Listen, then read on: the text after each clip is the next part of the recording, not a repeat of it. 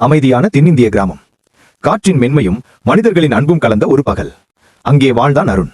ஐயப்பன் மீது ஆழ்ந்த பக்தி கொண்டவன். ஆனால் ஒரு நாள் அவரது வீட்டில் நிழல் சூழ்ந்தது.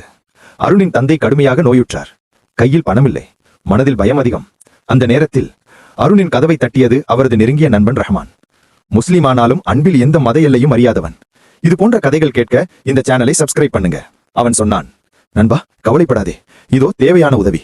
மாதங்கள் கழிந்து அருண் சபரிமலைக்கு மாலை அணிந்து செல்ல தயாரானான். ஆனால் மனதில் ஒரு பயம். இந்த தடவை தனியாக போக முடியுமா? அப்போது ரஹ்மான் நின்றான்.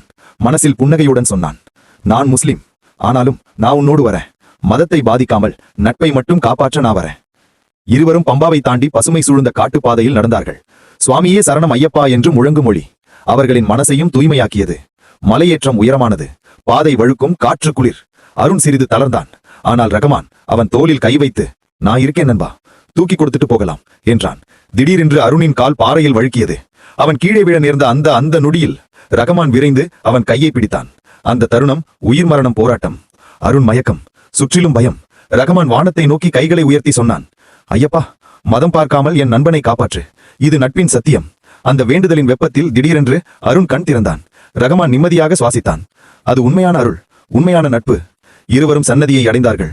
1000 விளக்குகளின் ஒளி மலை முழுவதும் பரவிய பக்தி அவர்களின் மனதில் நன்றியும் சமாதானமும் பெந்தது.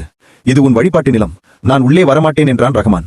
அவன் மரியாதை, அவன் மனிதநேயம் அருணின் கண்களை நனைத்தது. அருண் திரும்பி அவனுடைய கையை பிடித்து, நட்பு எல்லையை பார்க்காத ரஹ்மான், ஐயப்பன் சமத்துவத்தின் கடவுள். இருவரும் சேர்ந்து சந்நிதியை நோக்கி நின்றார்கள். அந்த நொடியில் தீபாராதனை வெளிச்சம் திடீரென்று இருவரையும் ஒளிர வைத்தது.